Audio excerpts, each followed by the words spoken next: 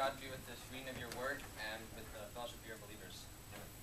Alright, last time I spoke, I told a joke, but I don't think most of you got it. I had said that people laugh at me when I read the Bible, and it's because I had a girl's Bible. Now I have a guy's Bible, this is my Bible, so people don't laugh at me anymore. Or when they do, or if they do, I can pound them! Because what found in the scripture keeps some burning coals on their heads, you know? I like scripture. I'm going to read you some, so buckle up. Alright, starting from Job 40. How? Matt 7. D.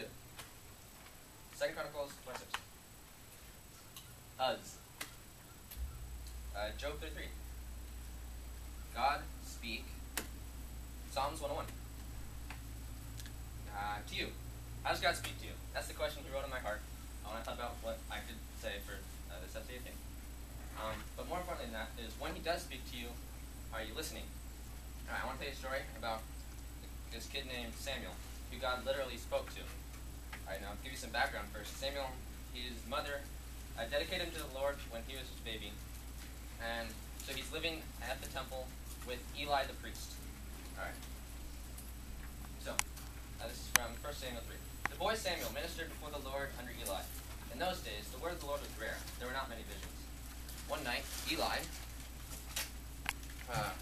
whose eyes were becoming so weak that he could barely see, was lying down in his usual place. The lamp of God had not yet gone out, and Samuel was lying down in the temple of the Lord where the ark of God was. Then the Lord called Samuel. Samuel answered him, "Here I am." And he ran over to Eli and said, "Here I am. You called to me."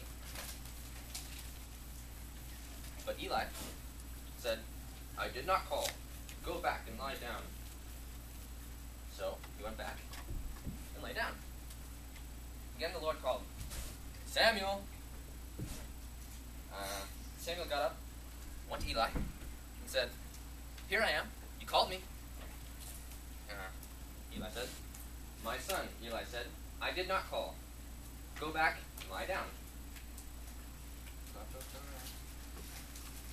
So Samuel goes back and lies down. Now Samuel did not yet know the Lord. The word of the Lord had not yet been revealed to him. All right. The Lord called Samuel a third time, as he did before. "Samuel, Samuel." So Samuel got up, went to Eli, and said, "You called me." Then Eli realized that the Lord was calling the boy. So Eli told Samuel, "Go and lie down. And if he calls you, say, 'Speak, Lord, for your servant is listening.'" So Samuel went back down and lay in his place. And then the Lord came and stood there, calling the other time, "Samuel, Samuel." So this time, then Samuel said, "Speak, for your servant is listening." Alright, now, this next line is kind of funny. And the Lord said to Samuel, "See, I'm about to do something in Israel. They'll make the ears of everyone who hears it tingle." I find that funny, okay? That's completely off the point. But really. So God literally talks to Samuel, and he tells him that Eli's sons are going to die because they were wicked. And now, normally, these days, God's not going to speak to you directly like that, and normally, he's not going to tell you to go tell someone that their kids are going to die. But he might tell you to say something that will be hard for someone else to hear. But it's no good for God to be talking to you if you aren't listening for him in the first place. And I have a demonstration to illustrate this. Bailey, would you come for me? Isaiah, verse 10, to the attendance office, please. Stand, yeah, good. Okay. So, can everyone see what I have in my hand? Yes, yes. This is a Vada Kedavra! You're dead, go sit down. For those of you who don't know, that was a killing curse from Harry Potter. She is not Harry, so she is dead. If you get hit by that curse, you're gonna die.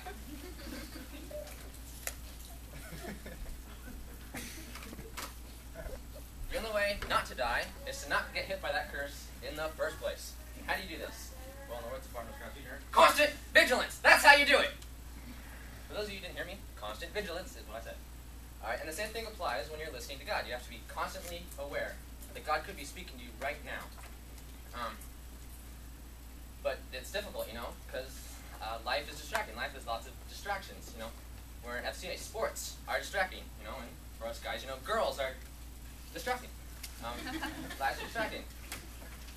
All right, now, I'm going to tell you what I did to train myself to be aware. This applies to only if your name is Luke, but I'm going to tell you anyway. So, my name is Luke, like I said, and that sound, Luke, it's kind of common. I hear it a lot, like, hey, Luke! Excuse me. Hey, you! When I hear that, I go, Luke, what? You called me? No. He wasn't actually talking to me, but I just heard my name, so I think someone just called me, even if it wasn't really. So I think maybe God was calling me. So, I say, speak, Lord, for your servant is listening. Just like Sam with us, because I train myself to be aware of these things. And then I'll look.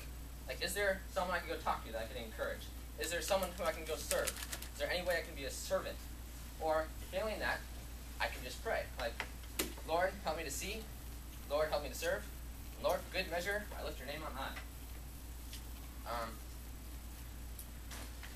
So, only one of us lectures named Luke, sorry. But there's other things you can do. Like, I knew a guy who used to drive around a lot. And so whenever he passed a McDonald's, he would just think to himself, I just saw a McDonald's. I'm going to pray now. So he had that sign that when he saw it, he's going to not stop driving, but he's going to stop and pray. I'm going to challenge you right now to make a sign where when you see that sign, you're going to stop, you're going to look, and failing everything else, you're going to pray. Now, for those of you who are too lazy to make a sign, there's one more thing that you can do. Alright, so it has to do with prayer. When people pray, you go,